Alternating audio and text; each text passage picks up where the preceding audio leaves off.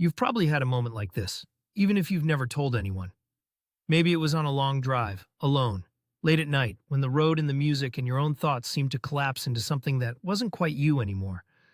Maybe it was standing somewhere vast, an ocean, a mountain, a cathedral. And for a few seconds, the line between you and what you were looking at went a little soft. Maybe it was holding someone you loved and feeling, briefly, that there wasn't really a difference between the two of you. You probably didn't have a word for it. You probably filed it away as a mood or a trick of tiredness, or something you'd had a little too much wine to be sure of. But every major religious tradition on earth has a name for what you might have felt. And the strange thing, the thing that has bothered scholars for over 100 years, is that the names are almost the same.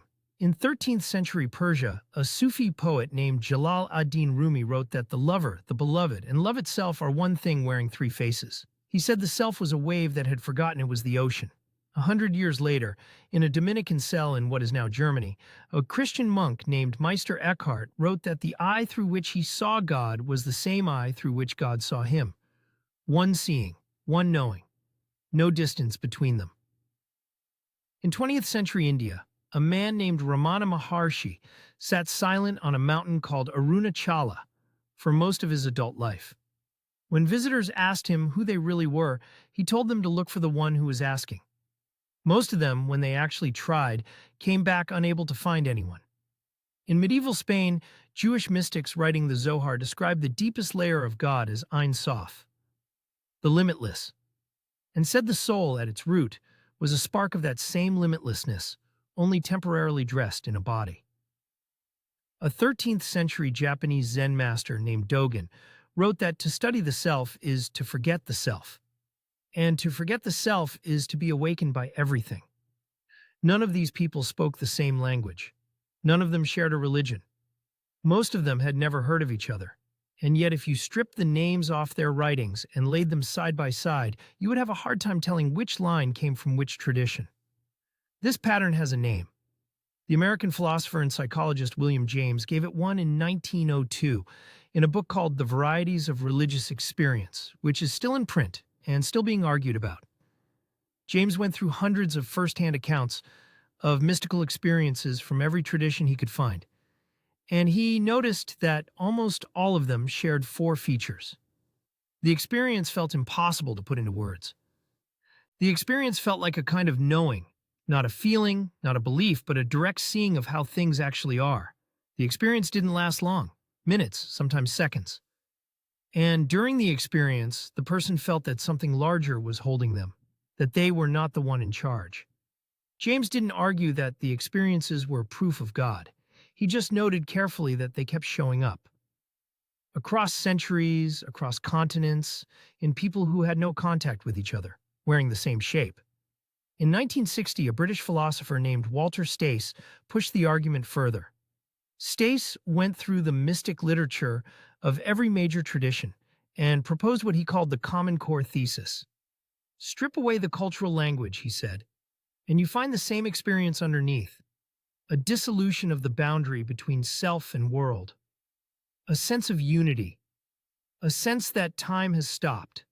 A sense of sacredness that doesn't depend on any specific God. And then something strange happened. The science arrived. In 2006, a pharmacologist named Roland Griffiths at Johns Hopkins University ran a study that should have been a footnote in a journal nobody read. He gave 36 volunteers a single dose of psilocybin, the active compound in psychedelic mushrooms, under controlled clinical conditions. None of them were religious. Most had never had a spiritual experience in their lives. 2 months later, when Griffiths followed up, more than two-thirds of them rated the session among the 5 most meaningful experiences of their entire lives, on par with the birth of a child or the death of a parent. But that wasn't the part that unsettled him. The part that unsettled him was that when the volunteers tried to describe what had happened, they reached, almost without exception, for the exact language William James had cataloged 100 years earlier. Unity. Ineffability, sacredness, the dissolution of the self. The 4 marks were all there. In the years since, similar studies have replicated the finding at Imperial College London, at NYU, at Yale. Brain imaging has shown that during these experiences, a network of regions called the default mode network The part of the brain most strongly associated with the sense of being a separate self, goes quiet. Not damaged, just quiet. And when it quiets, people across every cultural background reach for the same words to describe what's left. So now we have a problem. If you've stayed with the channel this long, hit subscribe. These are the questions we keep returning to, and there are a lot more coming. Here's the problem. The convergence is real. The data on it is sitting in peer-reviewed journals. Mystics who couldn't have read each other described experiences in language that overlaps too cleanly to ignore. Volunteers in a Baltimore lab in 2006 described the same experience using the same vocabulary, without ever having opened a Sufi text or sat in a Zen monastery. There are two ways to read this, and they could not be more different. The first reading is the one the perennialists offer. The English writer Aldous Huxley made the case for it in 1945 in a book called The Perennial Philosophy.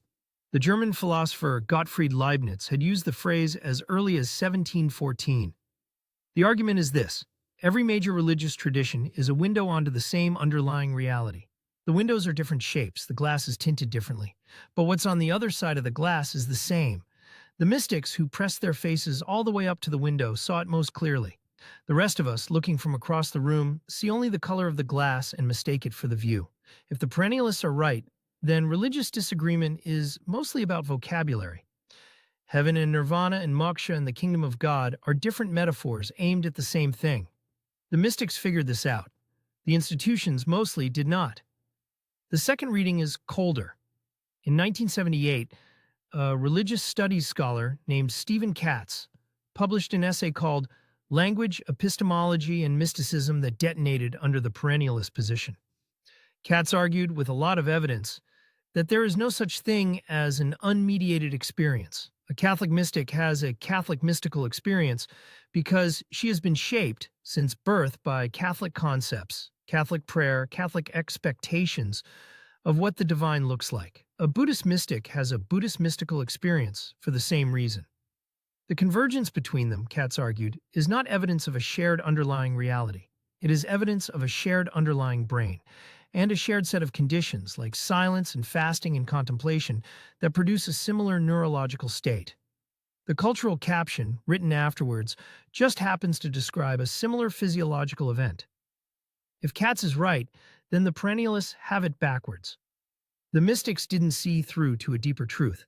They reached the same physiological ceiling and described it through whatever language they had on hand. Both readings are unsettling in different directions. If the perennialists are right, then most religious conflict in human history has been a kind of category error. People killing each other over different translations of the same experience. The traditions you grew up in, or rejected, or never thought about, they were all on some level pointing at the same thing.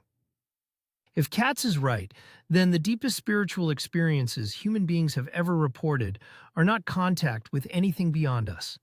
They are the brain doing something the brain does, dressed up in whatever cultural clothes happen to be lying nearby, which doesn't make the experience less real. But it does change what it means.